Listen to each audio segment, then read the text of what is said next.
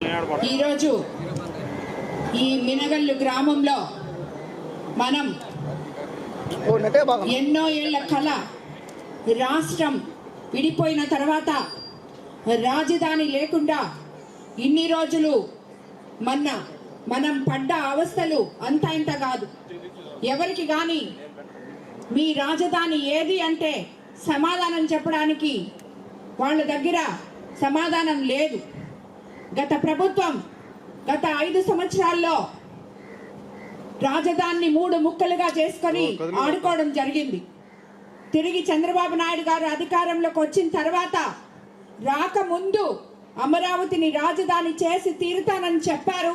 ఆనాడు 14-19లో ఏ రకంగా అయితే చంద్రబాబు నాయుడు గారు నరేంద్ర మోడీని తీసుకొని వచ్చి మనకి రాజధాని లేదు, ఇక్కడ అమరావతి అయితే మనకి రాజధానిగా బాగుంటుందని ఆయన చేత భూమి పూజ చేయించారు. నరేంద్ర మోడీ గారి చేతి మహిమ ఏమో తిరిగి ఈరోజు మళ్ళీ చంద్రబాబు నాయుడు గారు కూటమి అండగా 164 సీట్లతో గెలిచి ఈరోజు మార్చి 28న అసెంబ్లీలో తీర్మానం చేసి రాజధాని పైన మన లోక్సభకి రాజ్యసభకి పంపించి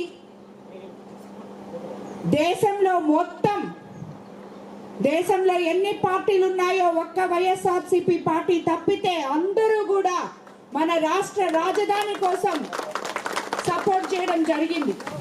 ఈరోజు మనం నా రాష్ట్రం ఆంధ్రప్రదేశ్, నా రాజధాని అమరావతి అని చెప్పి చెప్పుకునే గుండె ధైర్యాన్ని మనకి నరేంద్ర మోడీ గారు, ఈ దేశ ప్రజలు, దేశంలో ఉన్న పార్టీలు అన్నీ కూడా మనకి ఒక్క వైఎస్ఆర్సీపీ పార్టీ తప్పితే ఇవ్వడం జరిగింది.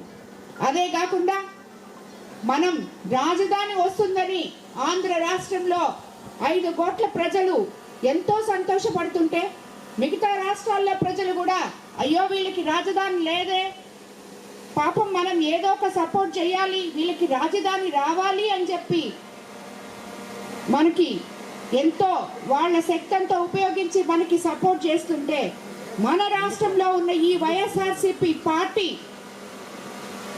దానికి వైఎస్ఆర్సీపీ నాయకులు, పార్టీ మొత్తం కూడా దానికి అగెనెస్ట్ గా అసెంబ్లీకి సరే రాలేదు, కానీ పార్లమెంట్ లో దానికి అగెనెస్ట్ గా మాట్లాడి వాళ్ళు ఏదో సాధించాలనుకున్నారు. కానీ భగవంతుడు అనేవాడు చంద్రబాబు నాయుడు గారి పక్కన, ఆంధ్రప్రదేశ్ రాష్ట్ర ప్రజల పక్కన ఉన్నారు కాబట్టి ఈరోజు మన రాష్ట్ర రాజధాని అమరావతి అని ఈరోజు నిరూపించబడింది. కాబట్టి దీనికి మనం ముందుగా నరేంద్ర మోడీ గారికి శిరస్సు వంచి నమస్కరించుకోవాలి.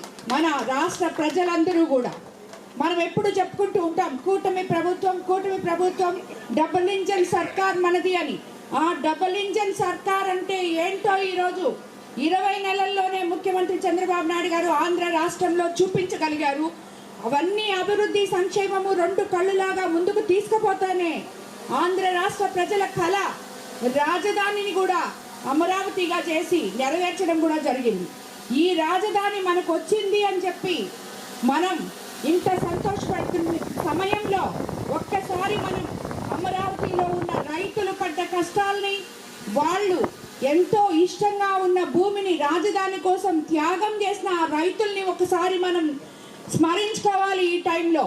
అదే విధంగా అమరావతిలో ఉన్న ఆడపడుచులందరూ అనరాని మాటలు అనిపించుకొని ఎక్కడి నుంచో ఎక్కడికి దెబ్బలు తిని జైలు నుంచి దేవస్థానం వరకు వెళ్ళి ఇవన్నీ కూడా అష్ట కష్టాలు పడి ఏ రకంగా అయినా సరే మనం అండగా ఉండాలి అని చెప్పి ఈరోజు మనకి రాజధాని ఇవ్వడం జరిగింది.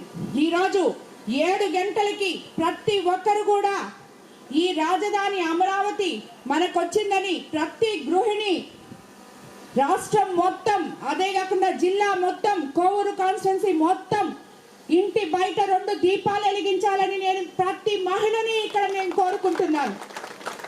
అప్పుడే మనం సాధించిన ఈ రాజధానికి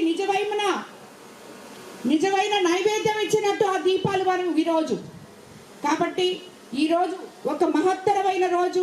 అలాంటి రోజు ఈ మినగల్ల గ్రామానికి రావడం, ఇక్కడ ర్యాలీలో పాల్గొనడం నాకు చాలా సంతోషంగా ఉంది. ఈ మినగల్లులో ఇప్పటి వరకు మనం ఆల్రెడీ అభివృద్ధి పనుల కోసం 21 నెలల్లోనే సుమారు ఎన్నికల్లో ఇచ్చిన హామీలన్నీ అమలు చేస్తూ సంక్షేమ పథకాలు మీ గడపకు చేర్చాం. కొత్త మినగల్లో 15,60,000తో 3 సీసీ రోడ్లు, పాత మినగల్లో 10 లక్షలతో నిర్మించిన శ్మశాన వాటకునికి వెళ్లే సీసీ రోడ్డు ప్రారంభోత్సవాలు, 40 లక్షలతో వాటర్ పైప్ లైన్ శంకుస్థాపన, మొత్తం ఈరోజు 65,60,000తో చేసుకుంటున్న అభివృద్ధి పనులే కూటమి ప్రభుత్వ పనితీరుకి అర్థం పడుతున్నాయని చెప్పి మీకు అందరికీ తెలియజేసుకుంటున్నాను. అలాగే మినగల్లు గ్రామంలో నిరుపయోగంగా ఉన్న పాత పంచాయతీ కార్యాలయాన్ని గ్రామస్తుల అభ్యర్థన మేరకు దాన్ని కూడా రిపేర్ చేసి గ్రామస్తులకు అందివ్వడం జరిగింది.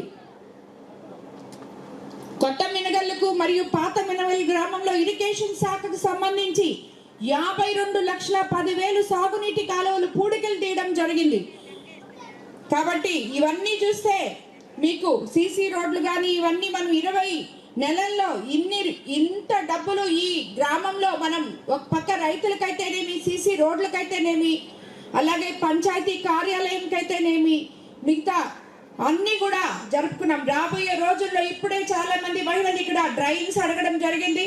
ఆ డ్రైన్స్ కూడా తప్పకుండా అందరికీ అందజేస్తామని, ఎవరైతే ఇల్లు లేని పేదలు ఉన్నారో వాళ్ళకు కూడా ఇల్లు కూడా ఇచ్చేదానికి తొందరగా ఇచ్చేస్తామని చెప్పి కూడా మీకు అందరికీ తెలియజేసుకుంటూ, ఈ కార్యక్రమాన్ని ఇంత దిగ్విజయంగా చేసిన కూటమి నేతలకు, తెలుగుదేశం పార్టీ నాయకులకు, కార్యకర్తలకు, బీజేపీ నాయకులకు, జన సైనికులకు, అలాగే మినగల్లు గ్రామ ప్రజలకు అందరికీ కూడా ధన్యవాదాలు తెలుపుకుంటున్నాను.